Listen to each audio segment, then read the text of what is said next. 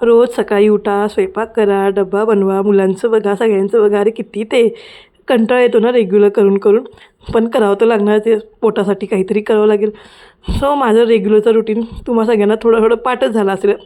माझ्या चपात्या करण्याची स्टाईल म्हणा किंवा चपाती कशी करते. आता तुम्ही म्हणाल की अरे कशी तेल लावते.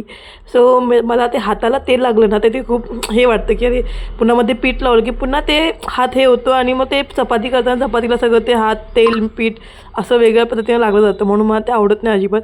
म्हणून मी आपल्या त्याला कोण कढची म्हणतं, कोण उलातनं म्हणतं, मी कढचीच म्हणते. सो मस्तपणे चपात्या वगैरे केले. नंतरला मिरचीची भाजी, जी की खूप जणांना माझ्या हातची आवडते आणि खूप जणांनी म्हणजे ट्राय करून बघितली. मी सांगितल्यानंतर ती व्हिडिओची मी लिंक पण देईन एखाद्या वेळेस. आणि संध्याकाळी मस्तपणे बाजारात गेले आणि येता येता हे मला गाडीवर घेऊन आले, केशवला आणि मला. सो केशव आणि ते खाली मस्तपणे खेळत बसले होते. मी म्हटलं की चला आता मस्त आज घोळ भाजी करूया. घोळ मस्तपणे पाव किलो मला 20 रुपयामध्ये मिळाली होती.